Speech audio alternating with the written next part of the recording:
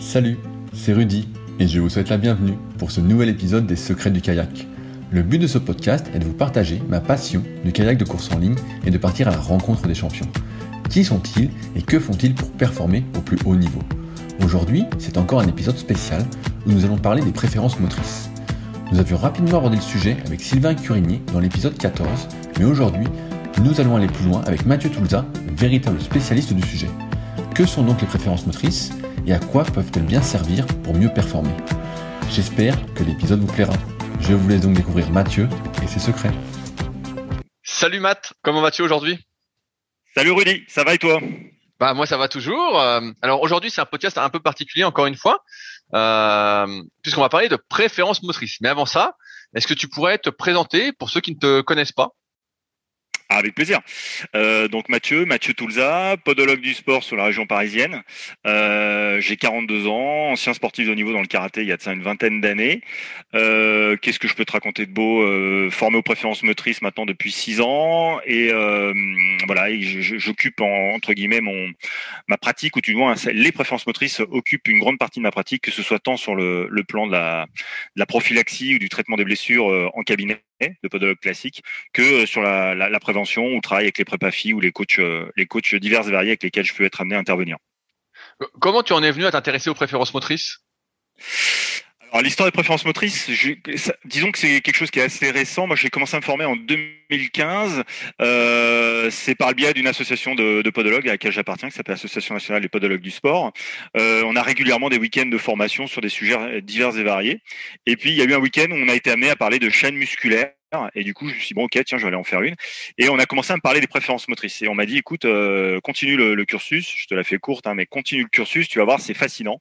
Et c'est comme ça que j'ai mis les pieds dans le domaine. Et que c'est vrai qu'une fois que j'ai découvert un peu le potentiel, ça a d'abord bousculé tous mes acquis. Parce que nous, on avait une formation, enfin, en tant que podologue, mais les kinés aussi également de ma génération, c'est une formation très axée biomécanique pure. Et où le côté cognitif, le côté cérébral était très peu envisagé. Tout du moins, il n'y avait pas vraiment d'individualisation au sens propre du terme.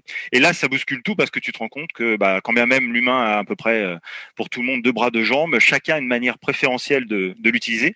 Et les préférences motrices, c'était ça. Parallèle à côté de ça, que j'ai déjà été amené à évoquer, c'est que dans ma pratique de sportif de haut niveau il y a une vingtaine d'années, on n'en parlait pas, mais on voyait déjà que clairement, tu avais beau répéter des mouvements, quand tu as besoin d'être efficace, etc., c'est pas forcément ceux que tu as beaucoup travaillé qui ressortent. C'est parfois des mouvements que tu as très peu travaillé ou que tu as travaillé d'une certaine manière et qui, en fait, quand au moment où ils doivent sortir dans le money time, comme on dit, ils sortent d'une manière complètement différente, qui était beaucoup plus fluide, beaucoup plus facile. Et du coup, à l'époque, je me posais pas de questions, mais je sentais bien qu'il y avait des nuances, quoi.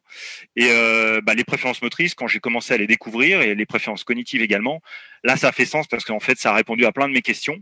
Et petite digression également sur le sujet, j'avais, de par ma passion pour les sports de combat, j'avais acheté des bouquins de Bruce Lee, qui lui avait écrit des bouquins dans les années 60. Alors, il ne parlait pas de préférences motrices, mais quelque part, il avait compris le concept, c'est-à-dire qu'en gros, il faut tout essayer, et tu vas te rendre compte que dans tout ce que tu essayes, il y a des choses qui te conviennent. Donc garde ce qui te convient et rejette le reste. Et ne te formate pas à ce qu'on t'enseigne, essaye-le, ça marche pour toi, tu regardes, ça marche pas, tu le jettes.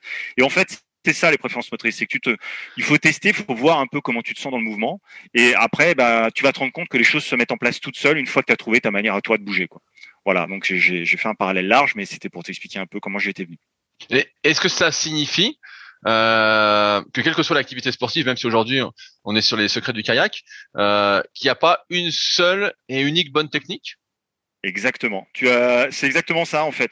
On peut être bon. Il y a une sorte de continuum de motricité, hein. Il y a des extrêmes et puis au milieu il y a toute la population qui est sur ce continuum. Et du coup, tu peux être bon quelle que soit ta manière de bouger en fait. La seule différence, c'est qu'il faut être capable de tenir compte du contexte parce que c'est dépendant de l'environnement dans lequel tu évolues. Et du coup, il faut essayer d'adapter ta manière de bouger à l'environnement qu'elle tient. Si cela est possible, des fois ce n'est pas possible. Du coup, tu vas être obligé de performer différemment. Mais autant que possible, quand ça t'est nécessaire ou quand tu as besoin de performer, il faut essayer de faire en sorte d'amener ta motricité dans cet environnement qui est bien donné. Alors, si tu veux, on pourra aller dans le détail un petit peu après, si j'ai besoin de donner des exemples un peu plus précis.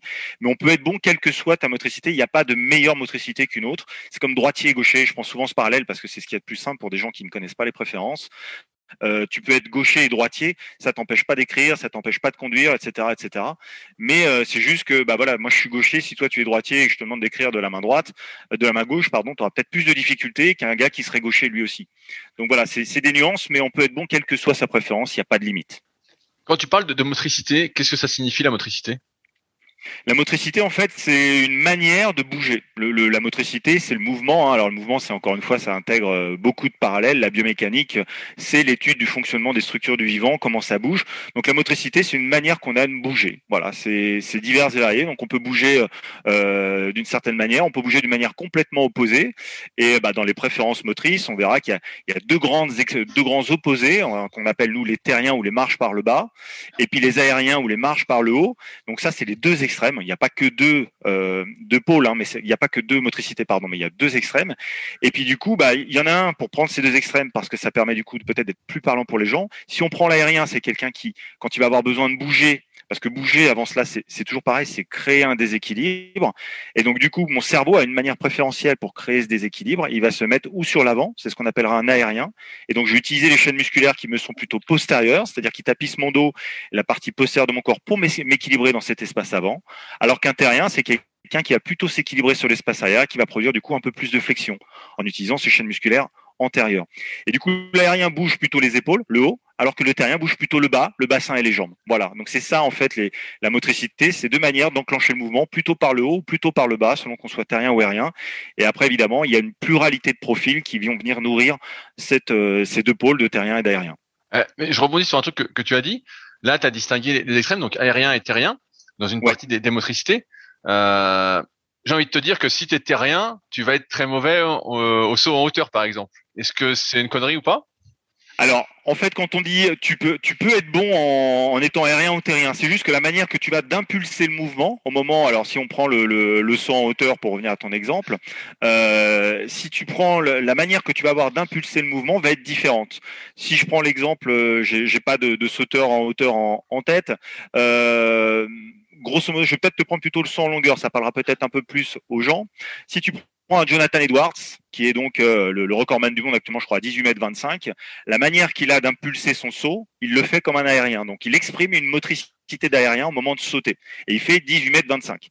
Et si tu prends l'autre extrême, un gars qui est français, qui a été, ou qui est peut-être d'origine, pardon, africaine, mais qui s'entraîne en France et qui fait ses études en France, qui s'appelle Zango, qui est recordman du monde indoor du triple saut, bah, c'est un terrien. Donc au moment d'enclencher le mouvement, il va le faire différemment. Il va exercer une force beaucoup moins, on va dire, verticale, mais plutôt vers l'avant, plus horizontale. Donc il va pousser fort vers l'avant, alors que l'aérien va pousser plutôt vers le haut. Les deux vont très loin, sauf que la manière d'enclencher le mouvement au moment de l'impulsion va être différente. Donc, quel que soit ton sport, tu peux être bon en terrain ou en aérien. C'est juste qu'il y a des prérequis, on va dire, structurels et biomécaniques à respecter et musculaires pour pouvoir exprimer ta motricité ou les chaînes musculaires qui permettent de faire ce mouvement-là d'une manière ou d'une autre. Est-ce que c'est des choses qui se font naturellement, sans qu'on ait besoin d'y penser, sans qu'on ait besoin de les forcer, ou au contraire, faut les forcer? Tu vois, si par exemple, donc tu avais déjà fait mon analyse à l'époque, il y a quelques années. Si par exemple je suis aérien, est-ce que j'ai tout intérêt à essayer de travailler justement dans ce côté aérien et à délaisser ce côté terrien? C'est une bonne question. Je te ramènerai toujours à, ok, quel est le contexte? Quel est l'environnement? Est-ce que dans la discipline que tu veux exercer, cela nécessite de maîtriser ton opposé, entre guillemets? C'est-à-dire, on va dire, du coup, si tu es aérien, est-ce que tu as besoin d'être terrien à un moment ou un autre dans la pratique de ton sport? Concrètement, si on reprend l'exemple du saut en longueur, non. C'est-à-dire que si tu es aérien, vu le fait que ce soit l'impulsion est courte, hein, c'est quelques secondes de course, puis l'impulsion, il n'y a pas dans l'environnement quelque chose qui va te contraindre à être à l'opposé de ta préférence. Donc tu peux très bien ne travailler que de l'aérien. Ça ne veut pas dire que de temps en temps, il ne faut pas aller faire un petit peu de terrien quand même pour travailler un peu l'opposé puis reposer ta force, mais tu ne seras pas contraint, pardon, à faire du terrien. Donc c'est toujours la question, c'est est-ce que mon contexte m'oblige à être pluriel dans ma manière de bouger, ou est-ce qu'au contraire, je ne peux exprimer que ma préférence? C'est ça la vraie question. Si tu prends par exemple un sport de combat, là, il va falloir être beaucoup plus adaptatif parce que le sport de combat, des fois, tu es amené à subir un environnement, en l'occurrence l'adversaire, qui va t'emmener dans des zones. Si on prend l'octogone dans le MMA, par exemple, actuellement, qui est très en vogue, on va t'emmener dans des zones dans lesquelles tu ne seras pas forcément à l'aise, mais tu n'as pas le choix. Il va falloir que tu t'adaptes. Donc, tu as tout intérêt à essayer, quand tu le peux, de temps en temps, de travailler la pluralité de ta motricité, de manière à pouvoir être capable de fournir une réponse plus adaptée à la contrainte qui t'est soumise au moment où tu y es confronté. Je sais pas si je suis très clair dans mon explication. J'ai une question pour aller plus loin. Moi, j'ai tendance à penser avec le recul, notamment dans mon domaine qui est la musculation, qu'on a plus intérêt à mettre l'emphase sur ses points forts que sur ses points faibles, parce qu'on a beaucoup plus de potentiel et qu'on va prendre beaucoup plus de plaisir avec ses points forts.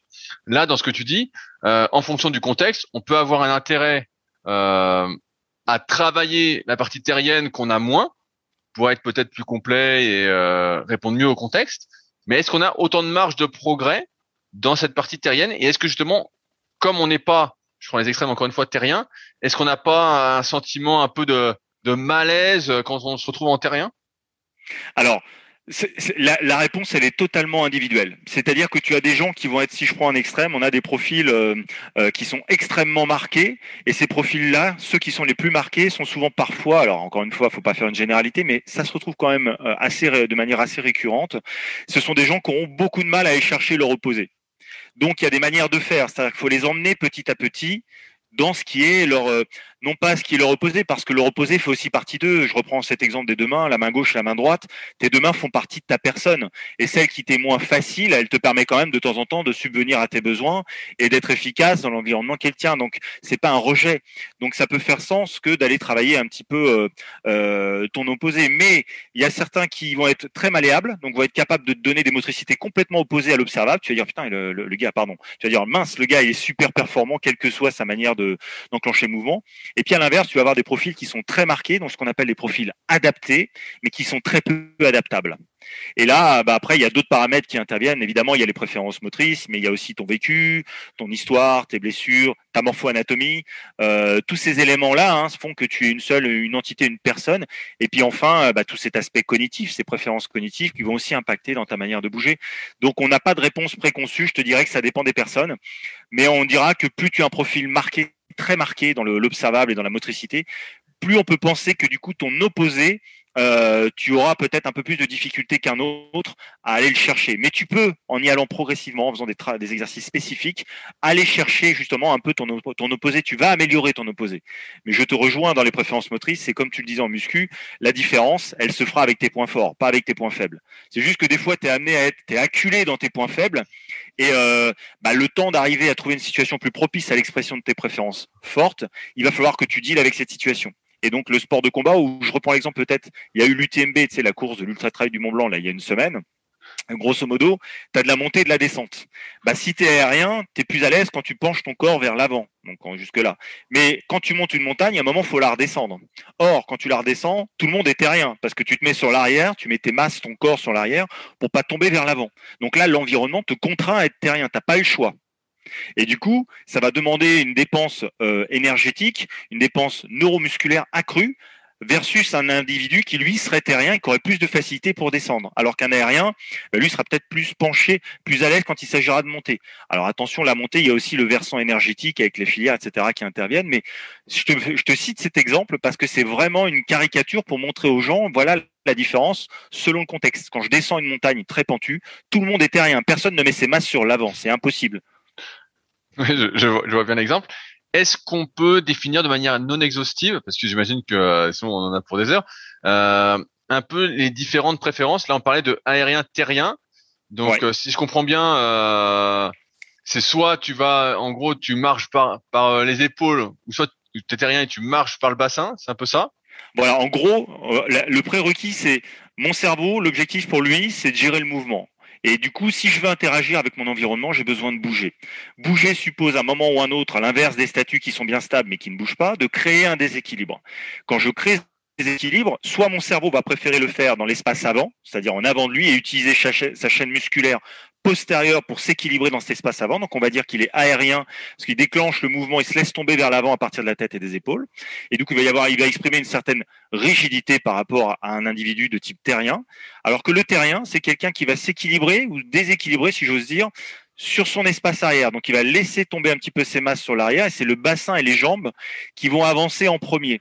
Et du coup, celui-là, lui, il va utiliser ses chaînes musculaires essentiellement antérieures. Et il y a plus de composantes de flexion. Quand on regarde un membre inférieur de terrien qui marche, il exprime plus de flexion au niveau de son membre inférieur, que ce soit la cheville, le genou ou la hanche, qu'un aérien lorsqu'il marche. Voilà. Et donc, du coup, le terrien est plutôt en rase-motte. L'évolution de son centre de gravité fluctue de manière moindre quand on le regarde de profil, qu'un aérien où il exprime une force un peu plus verticale que le terrien qui exprime une force un peu plus orientée vers l'avant et plus horizontale. Est-ce que, par exemple, être droitier ou gaucher, c'est une préférence motrice? Alors, dire à dire, oui, c'est une préférence motrice puisque ça te permet de préférer exprimer un mouvement de ta main gauche ou de ta main droite. Après, si on regarde un petit peu l'histoire du vivant et notamment le versant anthropologique de la chose, la main, c'est aujourd'hui, maintenant qu'on est des individus bipèdes, à l'époque on était quadripèdes, effectivement on avait un côté gauche ou un côté droit qui nous servait avant tout à lutter contre la gravité. Maintenant qu'on est bipède, la main on l'a libérée pour plus s'en servir, si j'ose dire, pour tenir debout, donc elle nous permet d'exprimer ou d'interagir avec notre environnement. Et donc la main, il y a souvent un lien avec la zone du langage au niveau cérébral. C'est un des liens qu'on a fait qui est fort, et c'est aussi quelque chose qui permet à l'individu, si on revient à l'époque préhistorique, d'indiquer la direction vers laquelle il voulait aller, c'est-à-dire vers l'avant, le futur, ou de la direction d'où il venait, le passé. Et c'était aussi un moyen, avant l'apparition du langage, de retranscrire des informations. C'est comme ça, en faisant des dessins dans les parois, dans les grottes, on avait constaté qu'il y avait déjà parfois des gauchers ou des droitiers selon l'étude de la paume des mains qui était dessinée sur les murs. C'était du coup par le passé certainement une préférence motrice antigravitationnelle, et maintenant la main est devenue une préférence motrice d'expression. C'est un raccourci que je fais, mais c'est pour montrer la nuance. Mais c'est une expression motrice, oui, puisque effectivement elle permet d'exprimer plutôt un mouvement à gauche ou plutôt un mouvement à droite. Et est-ce que l'œil moteur aussi, c'est une préférence motrice? Alors l'œil moteur, c'est alors dans les approches des préférences motrices, l'œil moteur, en gros, on part du principe qu'il existe des cellules, on appelle ça les cellules bâtonnets, qui tapissent ton œil, qui permettent de capter le mouvement. En fait, ça ne permet pas d'avoir une netteté visuelle. Ça n'a rien à voir avec quelqu'un qui va avoir une qualité visuelle bonne ou mauvaise. Ça permet juste de capter le mouvement. Et donc on a un œil, les deux yeux captent le mouvement, heureusement, mais il y a un œil qui le capte plus rapidement. Et comme quand on a besoin d'interagir avec son environnement, on a besoin d'être stable, on a besoin de voir ce qui se passe autour de nous, plus vite on perçoit ce mouvement, plus vite on va potentiellement réagir et s'adapter en conséquence. Et dans l'expression des préférences motrices, un œil moteur est annexé à un profil moteur. C'est-à-dire que par exemple, si tu as l'œil moteur gauche, il est annexé à un tout un tas d'autres préférences de ton corps. Et si le mouvement si on masque cet œil gauche, si cet œil gauche venait entre guillemets à être malheureusement blessé, alors je reviens dans le sport de combat par exemple, et du coup tu vas devoir regarder ton environnement avec l'œil droit, sinon tu ne vois plus rien. Sauf que quand tu changes d'œil moteur, tu inverses tout ton profil.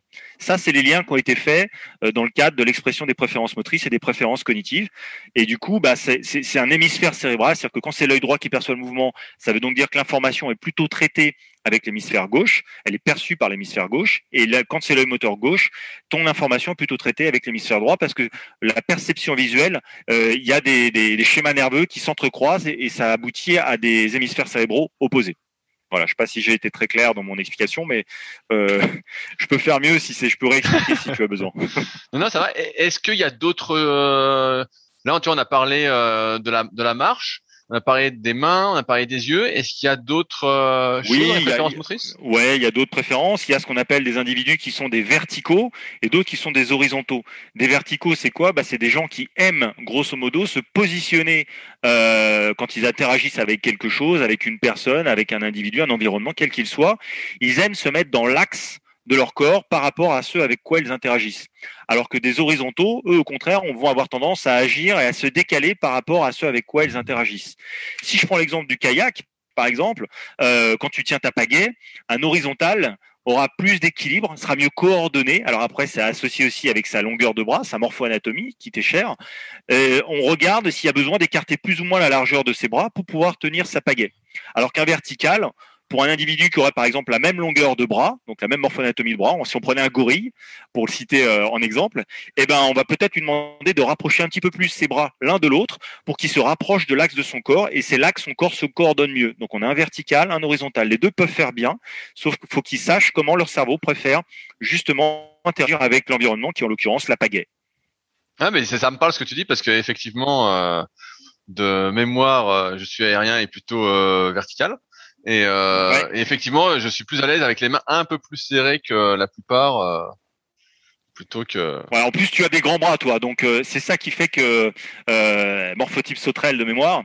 Donc, tu as des grands bras. Donc, du coup, effectivement, toi, comme tu as des grands bras, un individu qui va te regarder à l'extérieur va avoir peut-être l'impression que tu es moins vertical qu'un autre qui aura des bras plus courts, tu vois, parce que comme ils sont grands, tu as quand même besoin de garder des rapports, des leviers avantageux. Donc, pour une même longueur de bras, pour une même motricité verticale, eh ben, la longueur de bras peut faire la différence. C'est-à-dire qu'on aura, t'auras peut-être pas forcément le même écart de bras qu'un autre qui aurait des bras plus courts que toi, mais qui aurait la même préférence verticale que toi. Ouais, je vois bien. Est-ce que tu vois d'autres choses? Est-ce que par exemple les pieds sont dans la Oui. danse? Alors, moi, je vois d'autres choses. Pour revenir il y a aussi ce qu'on appelle des chaînes d'inspire et des chaînes d'expire. Concrètement, quand on a besoin attention, entendons-nous bien, hein, parce que quand on dit ça, des fois les gens tombent dans la caricature. Tout individu fait de l'inspiration et de l'expiration. Encore une fois, c'est toujours pareil, c'est de l'homéostasie, c'est des vases communicants. Mais on a une tendance à avoir une préférence pour l'un ou pour l'autre. Donc, quand on a besoin d'être coordonné au moment d'exprimer sa pleine puissance, certains vont être meilleurs en chaîne d'inspiration et d'autres vont être meilleurs en chaîne d'expiration. Encore une fois, si ton environnement te dit de faire autrement, tu devras t'adapter, mais quand tu le peux, eh ben, il faudra plutôt privilégier l'un ou l'autre. Donc, on parle de chaîne d'inspire ou de chaîne d'expire. Au niveau visuel, c'est annexé également à des gens qui préfèrent parfois percevoir l'environnement. Alors là, je ne parle plus de l'œil moteur, mais je parle de la vision globale. Il y a des gens qui ont une vision, ce qu'on appelle nous globale ou périphérique, c'est-à-dire qui ne fixent rien et qui ont des yeux plutôt qui balayent sur la largeur leur environnement, donc ils captent mieux le mouvement quand ils n'ont pas un point fixe à observer. Et puis, tu en as d'autres qui ont ce qu'on appelle plutôt une vision focale. Et ceux-là aiment fixer un point fixe pour pouvoir percevoir l'information. Les deux sont encore une fois efficaces. C'est juste que quand tu as besoin d'être efficient, et ben encore une fois, l'idée c'est de savoir ce qui convient le mieux pour toi, quoi. Et toutes ces petites portes d'entrée, alors pas la verticalité, mais tout ce qui est côté terrien, aérien, œil moteur et inspire, expire, quand tu stimules l'inspire ou l'expire, tu stimules toutes les préférences motrices autres qui vont avec l'expiration, en fait. Tu vois, si tu as un terrien qui est dominant en expire, œil moteur droit, si je stimule son œil moteur droit, je vais stimuler tout le restant de son profil. Si je stimule son expire, je stimule tous les autres versants de son profil. Tu vois un petit peu? Ouais, Il n'y ouais, a donc que la c'est intéressant. verticalité. Voilà, il n'y a que la verticalité, l'horizontalité et ce qu'on appelle les individus associés et dissociés qui, eux, ne sont pas impactés par ça. Ça reste identique, ça ne change pas. Qu'est-ce que c'est associé-dissocié? Alors, associé et dissocié, quand on a besoin de bouger, alors encore une fois, dans le kayak, ça peut faire sens parce que certains, quand tu es dans ton kayak, que tu as les jambes bloquées, donc on va dire que ton bassin peut pas bouger, tu vas avoir besoin de pagayer, donc tu vas avoir besoin de pousser avec tes bras. Certains vont le faire plus facilement en dissociant la ligne d'épaule par rapport au bassin, d'accord? Donc ils vont se dissocier, et ça se fait à partir d'une zone, c'est des chaînes musculaires qui se croisent, et on dit qu'ils sont dissociés parce que ça se joue au niveau de l'articulaire de la 8e, 9e dorsale. Ils arrivent à dissocier les épaules du bassin sans problème. Et ça leur permet de donner de la puissance. À l'inverse, tu as des individus qu'on appelle des associés qui, eux, évidemment, qui sont quand même capables de bouger un petit peu la ligne d'épaule par rapport au bassin. En revanche, l'amplitude observée est bien moindre, à la fois parce que structurellement parlant, ils sont pas faits pour fonctionner comme ça, et aussi parce que les chaînes musculaires avec lesquelles ils s'expriment le mieux ne leur permettent pas de se dissocier facilement. Et donc, du coup, eux, leur point mobile n'est pas au niveau de la 8e dorsale, mais il est au niveau de la 5e lombaire. Et du coup, quand ils vont bouger, ceux-là vont rester beaucoup plus frontaux, si j'ose dire, ou associés dans le plan frontal en termes de ligne pelvienne et ligne d'épaule que les dissociés. Et ben, tu vois, c'est hyper intéressant ce que tu me dis parce qu'effectivement, en kayak, donc je t'ai envoyé qu'une seule vidéo, donc t'as pas tout vu, mais en fait, t'as des gens qui vont bouger plus ou moins les jambes. En fait, on pousse et on pivote un peu le bassin, et t'as des gars, en fait, t'as l'impression, ou des filles, qui pédalent à fond dans leur kayak. T'as vraiment l'impression, putain, ils ont une fréquence. Et d'autres, t'as l'impression qu'ils bougent beaucoup moins. Je vais prendre deux exemples pour ceux qui nous écoutent. On a René Poulsen, un Danois, on voit qu'il bouge beaucoup les jambes. Et à l'inverse, on a Joseph Dostal, qui lui bouge pas du tout. Pour moi, en tout cas, de mon œil non expert, bouge beaucoup moins. Et c'est vrai que ça va hyper sens. Et tu vois, ça me vient une question, c'est est-ce qu'en fonction de si on est associé ou dissocié, est-ce qu'on n'a pas un risque de blessure différent? Tu vois, en kayak, il y en a pas mal qui se font des hernies, tu vois. Tu vois, si t'es cinquième lombaire, je me dis, vu qu'on a un peu de rotation, si c'est au niveau lombaire ou au niveau dorsal, c'est pas la même limonade. Exactement. Un individu qui est associé du coup, comme je te disais, l'association des chaînes musculaires dans son profil d'associé font que du coup, il a tendance quand il a besoin de bouger, d'avoir sa vertèbre L5 qui soit le point mobile. Or, L5 s'insère avec la première sacrée, donc avec son bassin. Donc, s'il veut bouger que le haut de son corps, il va essayer de bouger sa L5 et évidemment tout le reste de son rachis. Sauf que les chaînes musculaires avec lesquelles il fonctionne, ce n'est pas celle-ci. Donc, il va forcer sur sa cinquième lombaire et potentiellement, il y a un risque de blessure. C'est la même chose en préparation physique. Par exemple, quand tu fais le twist abdominal, tu sais, cet exercice où on demande aux gens de twister les abdos, quand tu es dissocié, c'est génial. Quand tu es associé, tu vas au carnage, quoi. Pour peu que tu rajoutes un medicine ball ou que tu rajoutes une charge ou au contraire un kettlebell, ça va être difficile. Donc, si, il y a clairement un risque lésionnel. Et ils ont le même problème dans le golf, où tu as la même chose au tennis. C'est-à-dire quand tu dis, il faut créer un facteur X, c'est-à-dire dissocier la ligne d'épaule de la ligne de ton bassin. Ok, mais si t'es pas dissocié, alors heureusement ton corps est quand même capable de bouger un petit peu, mais ça crée une contrainte. Et donc à un moment, tu vas pas bouger au niveau de la huitième dorsale si t'es associé, c'est plutôt ta cinquième lombaire qui va essayer de faire de la rotation sur elle-même, et ça va créer un problème. Ouais, tout à fait. Ça là-dessus, clairement.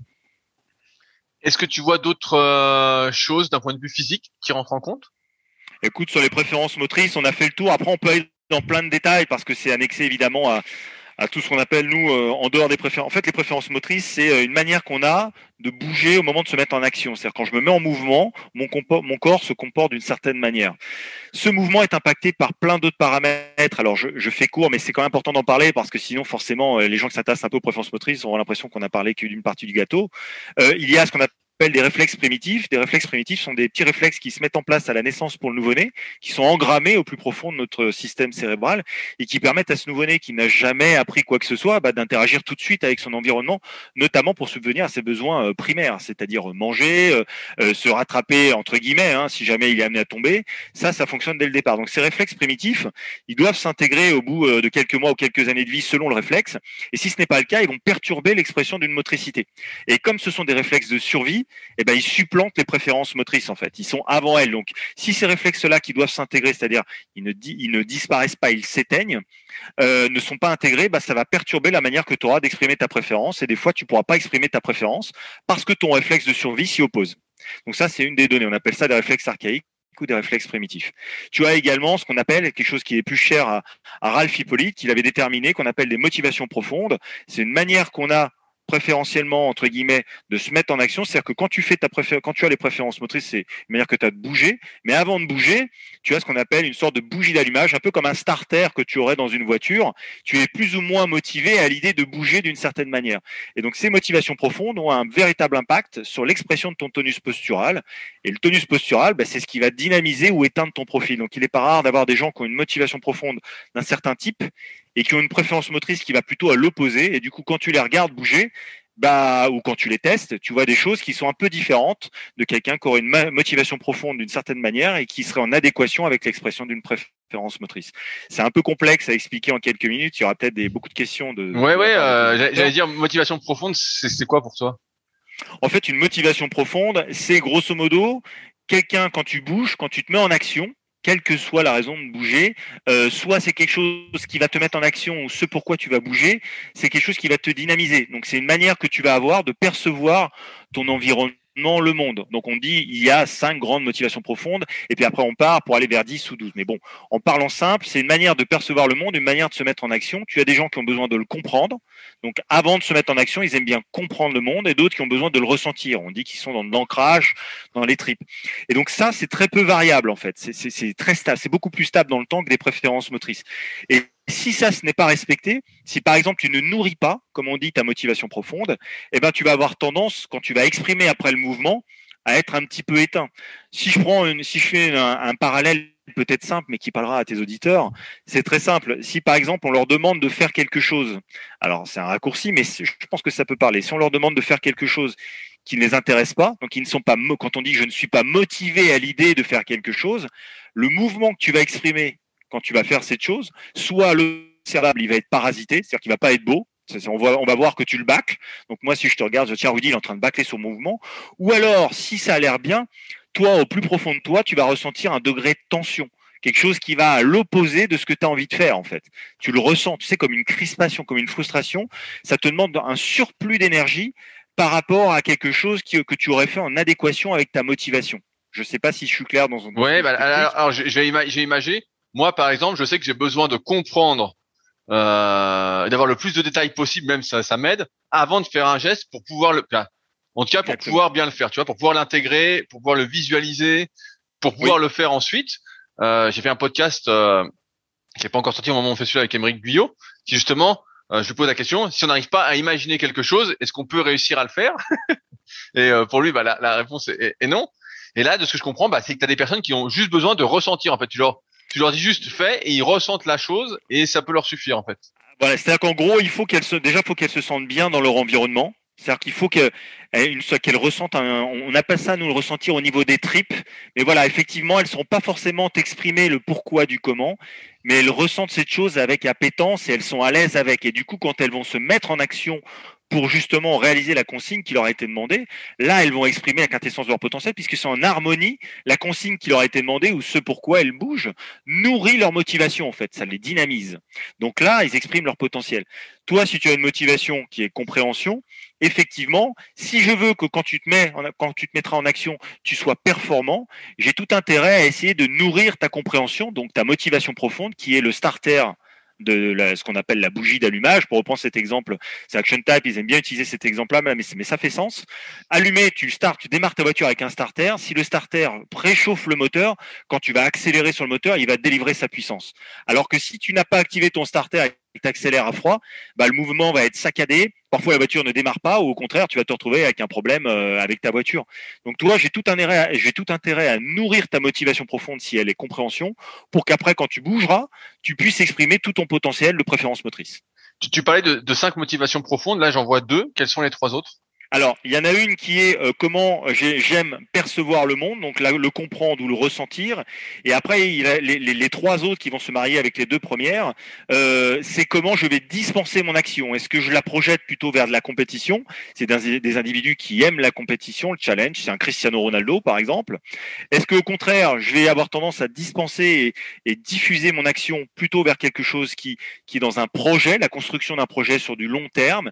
Et puis la troisième, c'est du relationnel. C'est-à-dire que j'aime faire quelque chose, mais avec de l'échange, j'aime me mettre en mouvement, mais avec de l'échange avec des partenaires ou autres. Là, ça résume un petit peu, c'est une caricature que je fais pour la rendre digeste. Encore une fois, on est obligé d'aller sur des effets loop et être un peu caricatural pour que les gens puissent comprendre. Mais l'idée, c'est ça. Et du coup, tu en as une qui est pour percevoir le monde, donc la compréhension ou l'ancrage, et tu en as une autre qui va s'y associer avec les 3 autres que je t'ai décrites, pour dispenser ton action en fait. Et donc du coup, tu vas avoir une motivation pour percevoir le monde et une autre pour te mettre en action. Et après ça, tu as les préférences motrices qui entrent en ligne de compte. Et ça s'associera aussi également alors à la morpho-anat avec laquelle tu travailles, avec des réflexes archaïques qui perturbe aussi l'expression du psychomoteur et tout un tas d'autres paramètres, évidemment l'histoire de la personne, parce qu'on est tous unis, on pourrait avoir des profils identiques, notre histoire n'est pas la même, et automatiquement la manière qu'on va avoir de bouger, de percevoir notre réalité du monde, quand bien même on observera la même chose, ne sera pas la même. Tu vois, donc c'est vraiment un ensemble c'est les préférences motrices, les réflexes archaïques et tout ça. Ce n'est pas l'oméga et l'alpha de la posture. C'est des approches qui sont extrêmement intéressantes, mais qui viennent compléter d'autres approches et on a encore plein d'autres choses à découvrir. Hein. L'humain est très complexe, c'est ça qui le rend fascinant. Voilà, mais je ne dirais pas qu'on est que ça. Hein, attention, mais voilà, oui, ça fait partie d'un tout. Tout à l'heure, tu disais que par exemple, si j'expire, voilà, si je suis, moi, je suis plutôt inspirateur, donc je vais prendre mon exemple. Je suis plutôt inspirateur, et ben j'active tout ce qu'il faut d'un point de vue physique. Est-ce que si je me mets à comprendre ce que je dois faire, donc par rapport à mes motivations profondes, est-ce que ça active aussi toutes ces préférences motrices physiques ou pas? Ou c'est vraiment dissocié et il faut que je travaille les deux entre guillemets? Alors, ça dépend comment c'est entremêlé. Aujourd'hui, je vais te dire les résultats qu'on a là-dessus entre les motivations profondes et les préférences motrices. On n'a pas d'études scientifiques validées sur le terme. Donc, on place plutôt sur de l'empirisme. Attention, les préférences motrices, il y a des études qui ont été faites. Hein. Je dis juste sur le lien entre les MP et les préférences motrices. Donc, on voit qu'il y a des choses qui matchent, mais on n'a pas de certitude, entre guillemets, on peut pas faire de généralité, quoi. C'est vraiment individu dépendant. Cela étant, on a tendance à dire que si effectivement tu as une motivation profonde qui est bien particulière et que l'environnement te permet derrière d'exprimer ta préférence motrice, tu vas aller naturellement vers ce qui est bon pour toi. Mais donc tu vas effectivement plutôt exprimer tes préférences. Mais si jamais, quand bien même ta motivation profonde serait nourrie, elle ne varie pas. Si ton système nerveux est fatigué, c'est-à-dire que si ta force est fatiguée, mais que tu dois bouger, tu vas peut-être être amené quand même à devoir aller chercher un petit peu ton opposé, ce qu'on appelle nous la petite boucle. Tu vois ce que je veux dire? C'est-à-dire qu'en gros, si je reprenais l'exemple de mes deux mains, bien que ce soit, encore une fois, c'est des choses différentes, mais tu es gaucher, droitier, quand bien même ta motivation profonde sera nourrie, si ta main droite est épuisée, si tu veux bouger, tu vas essayer de le faire avec la gauche, mais ce sera quand même un peu moins performant. Les motivations profondes, elles sont stables dans le temps, elles ne bougent quasiment pas. En tous les cas, c'est le constat qu'on a fait sur Ralph Hippolyte, sur tous ceux qui les pratiquent depuis longtemps, c'est que c'est quand même relativement stable. En revanche, les préférences motrices, elles sont beaucoup plus... Tu as une préférence qui restera à vie, mais comme je te disais, c'est dépendant de ton état de fatigue, de l'environnement, etc. Et du coup, c'est pas toujours évident de pouvoir l'exprimer. Mais naturellement, j'aurais tendance à dire que oui, mais je n'ai pas de réponse scientifique à te donner avec certitude là-dessus. Et ceux qui te diront l'inverse, de mon point de vue, s'engagent sur quelque chose qui n'est pas fiable à l'heure actuelle, voilà, qui n'est pas sûr à l'heure actuelle. Mais oui, plutôt oui. L'idéal, c'est d'activer tes motivations profondes et de pouvoir exprimer ta préférence derrière. Là, tu vas être, du moins, tu as plus de chances d'atteindre la quintessence de ton potentiel. Souvent, dans les préférences motrices, je vois des lettres pour déterminer un profil, genre de mémoire ESTP ou ENTP, des trucs comme ça. Exact. À quoi ça correspond ces 4 lettres en fait? Alors, en fait, il y a un parallèle qui a été fait. Alors, les préférences motrices, elles ont été initiées en Europe. Peut-être faire un parallèle pour en parler rapidement.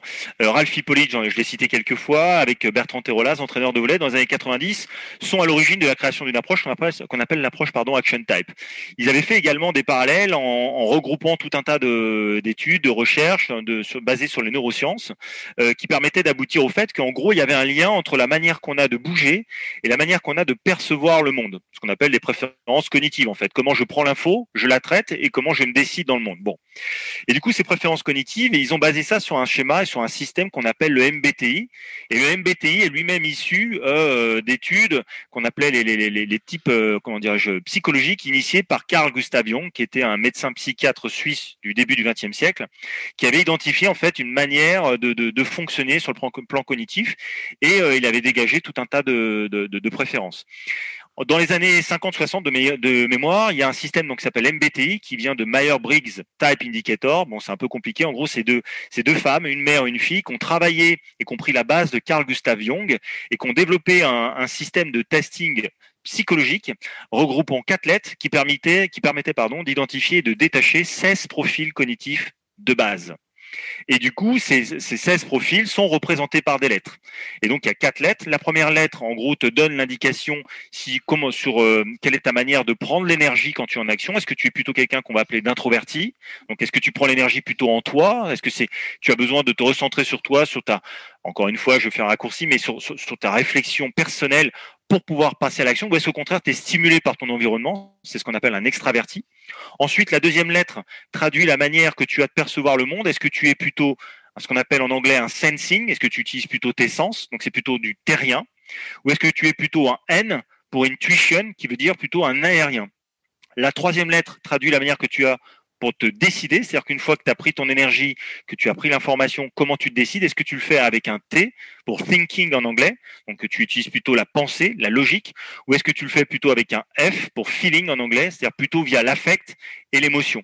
Et la dernière lettre, c'est ou un P ou un J. Cette lettre permet de traduire quel est justement plutôt l'hémisphère cérébral qui va prendre l'information. Est-ce que c'est plutôt un hémisphère qu'on va appeler le rationnel, donc c'est plutôt l'hémisphère gauche, donc tu serais dans ce cas-là l'œil moteur droit, ou est-ce que c'est l'hémisphère droit qu'on appelle un irrationnel, qui est dans ce cas-là tu seras plutôt un œil moteur gauche? C'est un peu complexe, mais du coup ça te permet de délivrer tout un profil, et où tu as 4 lettres, et les habitués de ce système de fonctionnement sont, une fois que tu lis le profil, tu connais les grandes lignes, les caractéristiques, et c'est 16 profils types qui ont un nom bien particulier. Tes auditeurs peuvent le retrouver sur internet en tapant profil MBTI, ils verront 16 profils de base. Et ces 16 profils de base-là s'associent aux motivations profondes qui impactent du coup l'expression des profils cognitifs pour donner 192 profils cognitifs différents. Ok, c'est là où je voulais en venir. Je voulais dire, il y a combien de combinaisons possibles? Donc 192. Voilà, cognitif. Après, si on va dans le physique, ceux qui se cantonnent qu'aux préférences motrices vont te dire il y a tant de profils. De mon point de vue, comme ça se marie avec ce que tu fais, la morpho-anatomie, c'est infini en fait. Ok, ouais, parce que je voyais souvent ces lettres-là et on voit Je vais te prendre un exemple dans le kayak. Encore une fois, on est sur le podcast du kayak. Il y a des équipages en kayak. Donc, soit tu es tout seul dans ton kayak de course en ligne, soit tu es à plusieurs. Et tu vois, ce qui me vient en tête, c'est que par exemple, si tu es... donc moi, je prends mon truc là, je suis ENTP. J'ai retrouvé j'ai ton analyse sur mon ordinateur. Donc voilà.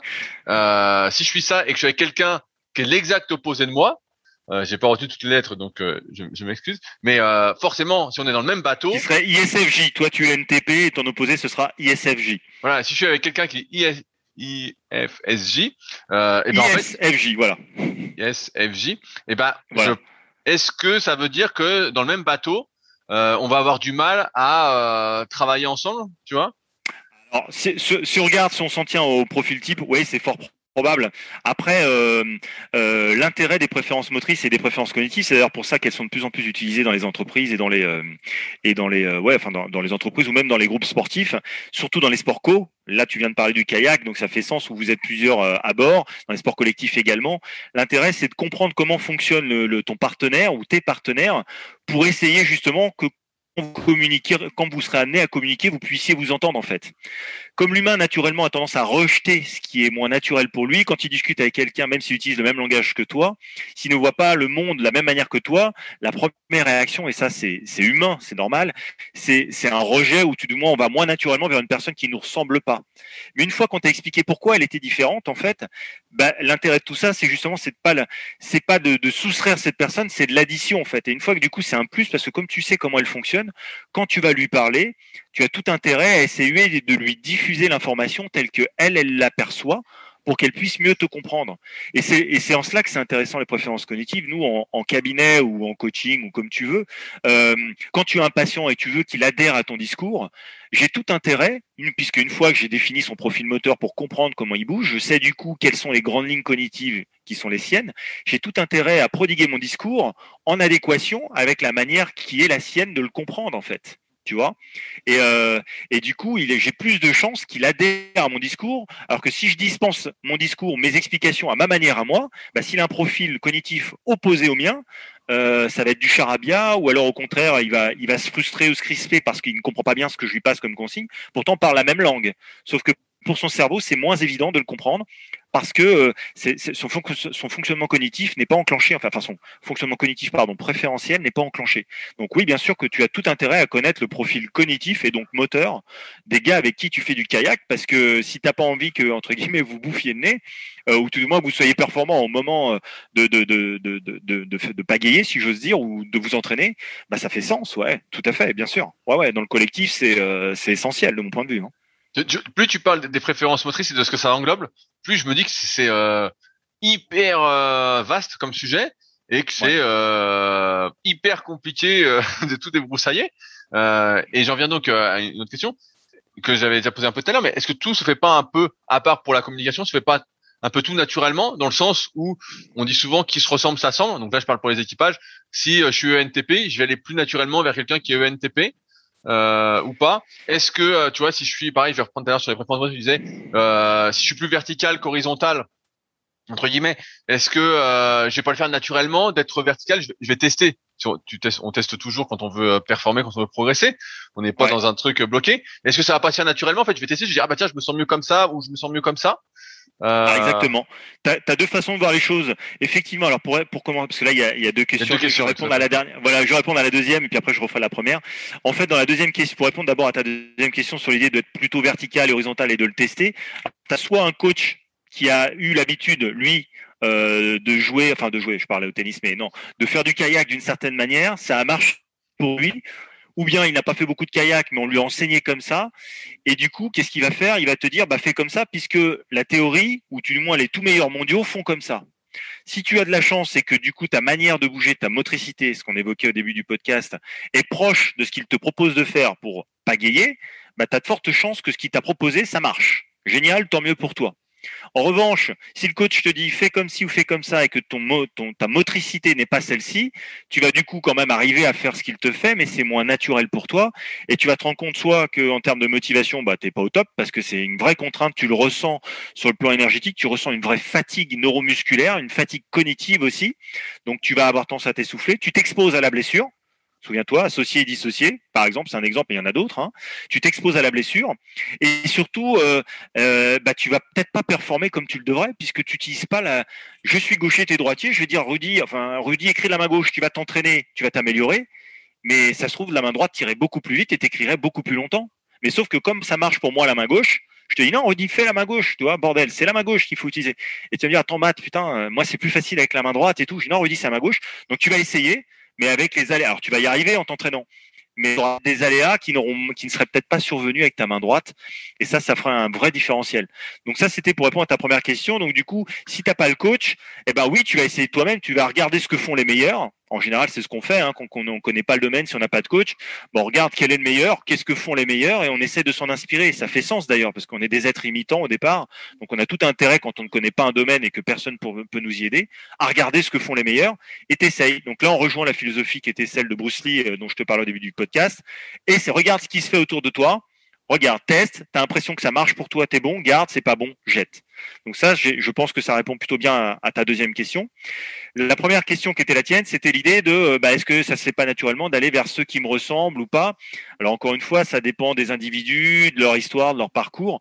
Naturellement, quand tu arrives dans une salle et que tu connais personne, bon, à moins d'être super extraverti et d'être pas du tout timide, tu vas peut-être parler un peu avec tout le monde. Mais c'est vrai qu'en général, tu vas te rapprocher de gens, tout du moins, avec qui tu as l'impression que ça matche bien. Alors ça peut faire sens pour rentrer dans un groupe. Mais après, si tu veux vite dans un groupe qui est pluriel, où il y a plein de profils, il va peut-être falloir que tu apprennes justement à comprendre comment les autres fonctionnent pour t'intégrer. Sinon, le risque, c'est quoi? Si la majorité du groupe n'est pas comme ton profil, tu risques d'être rejeté, en fait. Tu vois? Donc, il va falloir que tu modifies un peu ta façon de faire et comprendre comment il fonctionne. Ça, c'est dans l'histoire d'un groupe basique. Si tu montes une entreprise, demain, la question qui se pose, c'est est-ce que je recrute que des gens comme moi? Auquel cas, tu vas avoir une sorte d'armée de NTP. C'est ni bien ni mal, hein, c'est juste un choix stratégique. Et du coup, avec ce que les forces et on va dire les à côté que ça comporte, ou est-ce que tu veux recruter de temps en temps des gens qui ont un profil opposé au tien, ce qui va permettre quelque part d'apporter une nuance à ce que tu fais toi et proposer éventuellement d'autres choses dans la construction de l'entreprise. Je pense qu'indirectement, un bon entrepreneur aujourd'hui, sans même connaître les cognitifs ou le moteur, se pose ce genre de questions. Est-ce que je recrute des gens à l'identique de moi ou est-ce que je prends des gens qui sont complètement opposés à moi? Tu vois, ça, c'est quelque chose qui peut faire sens. Et du coup, alors, je peux te parler peut-être d'une anecdote. Je pense qu'il m'en voudra pas s'il écoute le podcast. Cyril Jeanne, qui est formateur, qui est à l'origine de Volodalen, qui est aussi un des porteurs des préférences motrices au niveau mondial au jour d'aujourd'hui, depuis les années 2000, me racontait une anecdote quand il a créé une entreprise, son entreprise Volodalen. Au début, il ne recrutait inconsciemment que des gens comme lui, mais il le savait pas en fait, mais il allait naturellement. Et après, à un moment, il s'est rendu compte que son entreprise, elle était un carrefour, et il s'est dit voilà, si je veux essayer d'améliorer, on va dire mon offre, mes offres de services, de propositions, j'ai peut-être intérêt à recruter ce qui est pas naturel pour moi, ce qui est une contrainte pour moi et ce dans quoi je suis pas bon en fait. Et c'est là qu'il s'est mis à recruter en fait le profil inverse, tu vois. Et je le voyais récemment encore et il me disait ça que maintenant il recrutait essentiellement des profils opposés aux siens. Voilà, tu as deux exemples, tu as le choix de ceux qui font que des gens comme eux et tu en as d'autres qui font le choix de diversifier. Tu peux réussir dans les deux. Encore une fois, ça dépend du milieu, du domaine dans lequel tu es. Ça dépend de ta vision de la vie peut-être aussi, et puis de tout un tas d'autres facteurs. Maintenant, dans le sport de haut niveau, ne prendre que des terriens ou que des aériens, encore une fois pour revenir à nos caricatures, je pense que ça peut être dangereux parce que du coup, tu vas être très marqué dans une manière de fonctionner et tu vas être bien moins dans une autre en fait. Et comme tu as besoin d'être adaptable dans certains sports, là pour le coup, si tu as 11 joueurs de foot qui sont que des terriens, ils vont avoir une manière de fonctionner et quand tu vas leur demander certaines actions, ça va peut-être être moins naturel que si tu avais un peu d'aérien à certains postes. Voilà, j'ai été long, mais non, mais c'est très bien, Matt. J'avais une question par rapport à la place des habitudes. Je vais essayer de prendre un exemple.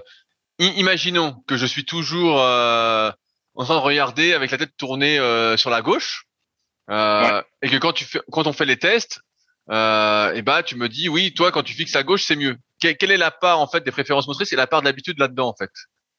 Tu vois ce que je veux dire? Est-ce que les habitudes ne biaisent pas justement les préférences motrices? Mais est-ce que les habitudes ne sont pas nos préférences naturelles aussi?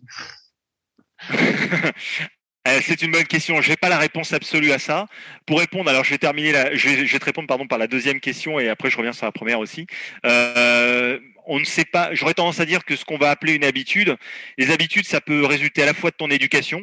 C'est-à-dire que tu peux clairement être quelqu'un qui est un peu bordélique, mais depuis tout petit, tes parents t'ont obligé à être extrêmement rigoureux, que sais-je, faire ton lit au carré, ranger ta chambre, avoir livre au cordeau. Et du coup, ce qui était peut-être pas naturel, depuis tout petit, ça t'a tellement été ancré en toi que même si c'est pas ce qui est naturel pour toi, c'est devenu entre guillemets une habitude. Et donc, sauf que ça a été un apprentissage. Voilà, c'est un exemple. Donc là, si j'arrive chez toi et que je vois que c'est très bien rangé, la part qui me dira que c'est une habitude ou que c'est ton côté naturel parce que toi tu aimes pour être efficace que ce soit structuré, je l'ignore.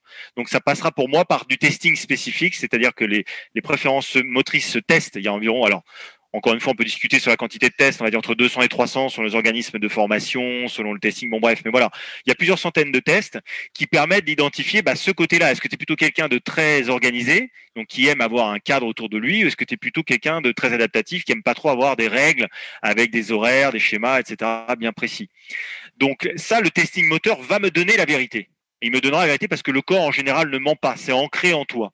Mais si je me contente de regarder chez toi, je ne saurais pas si c'est une habitude acquise ou si c'est quelque chose de naturel. Là, je n'aurais pas la réponse, tu vois, parce que ce sera peut-être encore une fois un apprentissage. Donc ça, c'était pour répondre à ta deuxième question, la différence entre habitude et naturel. Oui, des fois, ça va se faire tout seul, et puis des fois, non, parce que ça résultera de ton éducation, de ton histoire de vie. Peut-être que tu as eu une grosse peur quand tu étais tout petit, parce que tu avais été trop adaptatif, justement, tu n'avais pas assez prévu un truc, tu as failli mourir, par exemple, et du coup, voilà, tu vas verser dans le versant complètement opposé, ça a enclenché un stress en toi, et maintenant tu as peur et tu prévois tout, tu vois. Mais au départ, tu n'étais pas fait pour être comme ça, mais tu as eu une histoire de vie qui a fait que ça a changé ta façon de voir le monde. Et du coup, la première question, et je me souviens plus du coup, excuse-moi, il y avait deux questions en une aussi. La première question de celle-ci, c'était quoi? Tu me disais? Oui, c'était un peu ça. Comment tu distingues un peu les habitudes des préférences motrices? Mais tu as Voilà. répondu en même temps. Ça se teste en fait. Des fois, une habitude peut être une préférence et des fois pas. Et la nuance, elle va se faire quoi? Si je regarde un petit peu entre guillemets, si je me cantonne au testing, le testing va me donner une réponse. Il y a plein de tests pour tester une seule et même préférence. Parce que des fois, on est plus ou moins réactif à un test, c'est-à-dire que tu as des gens, comme si je reprends le premier, terrien ou aérien, tu as des gens quand tu vas les tester, tu vas pas voir une grande différence de leur capacité à exprimer une force, qu'ils soient en terrien ou en aérien. Donc tu dis mince, ce test-là ne marche pas, il faut que j'en utilise un autre qui va me permettre justement d'avoir une réponse plus fiable. Bon, donc ça c'est un premier élément. Le deuxième élément, l'observable. Ok, si je reprends l'exemple de quelqu'un qui est très organisé, très structuré, je vais peut-être regarder un petit peu comment c'est chez toi, et puis je vais essayer aussi de comprendre un petit peu ton environnement de vie, puis je vais peut-être discuter un peu avec toi. Donc tout ça c'est de l'observable où ce n'est pas du testing, donc c'est pas fiable à 100%, mais ça va me donner des informations quand même. Je vais voir qu'en fait ça se trouve quand tu as besoin d'être fort, tu structures, mais sinon en général, t'aimes bien être cool, t'aimes pas quand je te mets trop de pression et tout. Donc là, ça va peut-être me donner une indication entre ce qui est une habitude et ce qui est peut-être plus naturel pour toi, tu vois. Donc voilà, ça c'est une deuxième possibilité, c'est-à-dire quand ce n'est pas du testing, c'est faire de l'observable. Et puis après, il y a aussi entre guillemets la part de ton histoire de vie, quoi. C'est-à-dire qu'à un moment de ta vie, tu peux être un peu adaptatif. Et puis après, avec le temps, je pense que plus les gens ont tendance parfois à vieillir, alors j'ai pas de preuve de ce que j'avance, mais peut-être qu'au fil du temps, quand tu deviens une personne un peu plus, on va dire, expérimentée, plus âgée, tu es peut-être moins adaptable aussi, et quelque part, tu deviens peut-être un peu plus organisationnel, pardon, pour anticiper un environnement qui ne te serait pas propice. Quelqu'un qui est blessé, il va réfléchir à ce qu'il va faire avant d'y aller, parce qu'il a conscience qu'il peut pas s'adapter comme il le voudrait, donc il va peut-être anticiper son déplacement, tu vois, ou anticiper quelque chose. Quelqu'un qui va bien, il va peut-être se poser moins de questions. Donc là, encore une fois, c'est un mélange entre ce que tu es, ce que tu as vécu, et ce que l'environnement te demande de faire, quoi. Ah ouais, je vois bien je vois bien le schmilblick qui n'a pas l'air si simple. Mais ça me permet de rebondir sur une autre question. Moi, j'ai connu les préférences motrices il y a des années avec Volodalen. Donc, Ouais. je me souviens de Volodalen. Ensuite, j'avais lu le livre À chacun son cerveau. Peut-être que ça te parle. Je crois que c'est Frédéric Ouais, Marquette. chacun son cerveau, chacun sa réussite. Ouais, exactement. Voilà. Un des premiers formes Action Type, ouais. J'avais lu ça. Ensuite, j'avais découvert Action Type. Donc, avec Bertrand Terolaz et Ralph Hippolyte. Avec justement la partie un peu plus psychologique, du moins de ce que j'en avais perçu. Est-ce que toi qui as fait les deux formations, on peut dire, est-ce qu'il y a des similitudes entre les deux? Est-ce qu'il y a des choses qui sont opposées ou ça se complète parfaitement? Alors, il y a des similitudes. Si je devais, pour te synthétiser, parce qu'après on va rentrer dans la complexité, ça intéressera peut-être pas tes auditeurs, mais en restant simple, on va dire qu'il y a quand même d'énormes similitudes. C'est-à-dire, ce n'est pas strictement identique, non, mais il y a d'énormes similitudes. C'est-à-dire que les grandes composantes que sont le côté terrien, le côté aérien, associé, dissocié, le moteur dont on a parlé, c'est proche. On a aussi ce qu'on appelle une épaule motrice, une hanche motrice. Bon, il y a beaucoup de tendances. Alors, pas pour la hanche motrice, mais pour le reste que je viens de te citer, oui. Donc ça, c'est des choses que les deux organismes ou les deux visions voient ensemble, c'est clair. Après, tu as des nuances. Ces nuances, elles sont à la fois dans la manière peut-être d'appliquer les consignes. Elles sont également dans la manière de percevoir l'équilibre. Par exemple, si je prends l'exemple d'Action Type, Action Type, quand tu es aérien, ils partent du principe que si tu es un aérien, tu es plutôt ou plus équilibré à droite ou plus équilibré à gauche. Volodalen est d'accord avec ce principe-là. Et quand tu es terrien, chez Action Type, on dit que tu es plutôt équilibré de manière symétrique, c'est-à-dire que tu n'as pas forcément, en caricaturant un peu, plus de poids à gauche qu'à droite. Ce n'est pas le cas chez Volodalen. Volodalen différencie un côté d'extension, un côté de flexion, et donc quand ils sont en aérien, ils sont d'accord avec ce concept où tu es plutôt rigide à droite ou plutôt rigide à gauche, mais en terrien, ils dissocient quand même un côté qui domine l'autre, la droite ou la gauche, ce qui n'est pas le cas d'Action Type. C'est une des différences. Chez Volodalen, aujourd'hui, on ne parle pas de hanche motrice. Chez Action Type, oui. Donc, tu vois, c'est des choses qui diffèrent un petit peu les unes des autres. Action Type a développé énormément le côté cognitif. Volodalen en parle, mais Volodalen va plus loin dans le côté préparation physique. Donc, encore une fois, c'est ni bien ni mal de mon point de vue, et je rentrerai jamais dans cette guerre. Enfin, non pas de guerre, je veux dire, mais je les opposerai pas parce que moi, pour ma pratique personnelle, les deux m'ont énormément apporté, et du coup, je ne critiquerai pas l'un ou l'autre. Mais il y a des nuances. Voilà. Après, c'est à chacun de se faire son idée, comme toute chose, hein, ça se teste. C'est bien d'écouter à droite à gauche ce qui se dit, mais les oui-dire, c'est jamais forcément 100% fiable. Donc ça se teste, ça se voit, en fonction de ton expérience, ton vécu. Et moi, je le vois au cabinet, en fait. Tu vois, des fois, je mélange des testings. Je fais un testing volo, un testing Action Type, et puis des fois, j'inverse. Des fois, j'adapte un testing parce que je me rends compte que moi, ça ne marche pas pour moi. Je le ressens pas, ce test-là. Donc, je le change, ou je le module en fonction de ce que je sais qui est essentiel dans l'approche Action Type ODN. Ça demande un petit peu de temps avant de faire ça, mais voilà, il faut.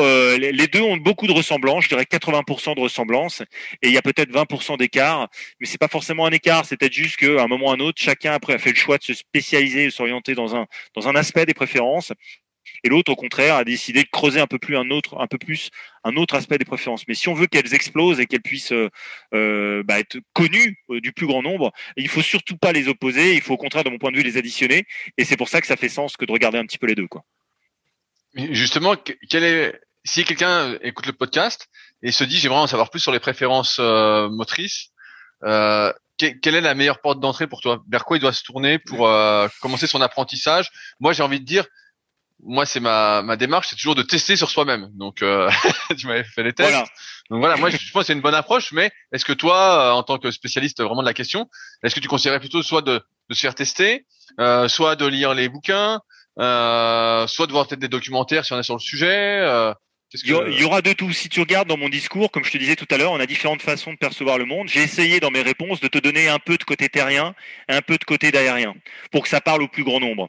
Donc en fait, il y a des personnes qui, pour comprendre un petit peu le schéma de fonctionnement, vont avoir besoin de tester du concret. Ça sera plutôt du terrien. Le terrien, il a besoin que ça lui parle, donc c'est le concret qui lui parle. Donc lui, il va plutôt vouloir, ça ne veut pas dire qu'il va pas lire de livres, hein, ça veut juste dire qu'il pourrait être intéressé d'aller en cabinet ou de voir un professionnel des préférences motrices, il n'y a pas besoin de voir un podologue pour ça, hein, il y a plein de gens qui en font, et de se tester et de voir concrètement ce que ça donne. Donc ça sera un premier profil. D'autres, au contraire, vont, avant de passer à l'action, d'aller tester, vont avoir besoin de prendre des informations. Tu vois, ils vont faire par exemple ce que j'appelais tout à l'heure du thinking. Donc cela, ils vont avoir besoin de lire plein d'informations. C'est ce que tu as fait toi. Tu as lu plein de bouquins pour essayer de comprendre un petit peu le schéma, le fonctionnement. Et moi, si j'ose dire, je suis arrivé un peu après ça, où on s'est rencontrés, on avait fait le testing, mais tu avais déjà lu des choses sur le sujet, et c'est ça qui a fait, quand je t'en ai parlé, ça t'a peut-être donné envie de vivre la chose en réel, tu vois. Donc il faut, moi j'inviterais ceux qui ont besoin de concret et ceux que ça gonfle, si j'ose dire peut-être, soit d'aller tester en cabinet, soit de regarder des conférences. Il y a des conférences qui sont gratuites, hein, sur YouTube, ou de regarder un petit peu ce que ça donne. Cyril Jeanne avait fait des conférences, Bertrand Terolaz, Ralph Hippolyte en parlait aussi. Je mettrais peut-être un un bémol à certaines choses, c'est-à-dire que bon, maintenant c'est comme pour soi en musculation, il y a un peu de tout et son contraire.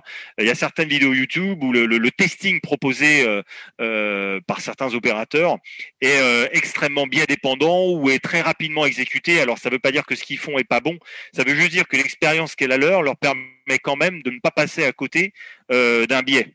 Alors que l'individu, le tout venant qui n'a jamais entendu parler de ça, s'il regarde le testing rapidement qui est fait en 2 minutes ou même pas en 30 secondes sur Internet sans expliquer le détail, il va faire la même chose, il va essayer de se tester tout seul avec un copain et il va obtenir une information inverse. Donc en fait, il faut faire très attention, il y a beaucoup de précautions à prendre dans le testing et c'est là où du coup, essayer de trouver l'info par tout seul, ça risque d'être un peu contradictoire parce que des fois, les gens essayent de se tester par eux-mêmes, un peu comme toi en muscu, tu vois, ils regardent tous les programmes qu'il y a, ils disent tiens, je vais essayer celui-là. Et puis des fois ça marche, et puis des fois ça marche pas. Et donc après, ils ont envie d'aller voir un vrai coach. Ils viennent te voir pour avoir un plan sur mesure par rapport à leur morpho-anatomie et pour essayer de comprendre. Parce qu'après, ils se sont rendus compte qu'ils ont fait un truc qui leur convenait pas du tout. Donc voilà, certains peuvent lire des bouquins. Donc tu en as cité un. Il y a celui de Volodalen qui avait été écrit par Cyril Gindre, le fondateur de Volodalen. Tu as bien sûr la Bible d'Action Type qui a été écrit par Terolaz et co-signé par Ralph Hippolyte. Tu as également Cyril Marquet, qui est un des premiers formateurs Action Type, qui avait écrit À chacun son cerveau, à chacun ses réussites, qui pour le coup, lui, s'attarde énormément sur ce qui est, enfin, beaucoup plus, tout du moins, sur le côté cognitif et un peu moins sur le moteur, parce que c'est pas son métier. Il utilise le moteur à des fins de conseil, enfin, les testing moteurs, mais il va pas trop loin dans le détail. Donc, ça dépend ce que chacun recherche, pardon. Tu as la possibilité de regarder donc quelques conférences qui sont quand même données par Cyril Gindre ou autres. Et puis après, tu peux aller te faire tester en cabinet. C'est un peu selon ta façon de fonctionner. Est-ce qu'il y a un endroit où on peut retrouver tous les spécialistes formés? Toi, je crois que tu es sur la région parisienne. Alors pour ma part, moi effectivement je suis basé sur Paris. Alors les gens pourront retrouver, je sais pas si tu veux mettre mes réseaux. Oui, etc. je mettrai tes coordonnées.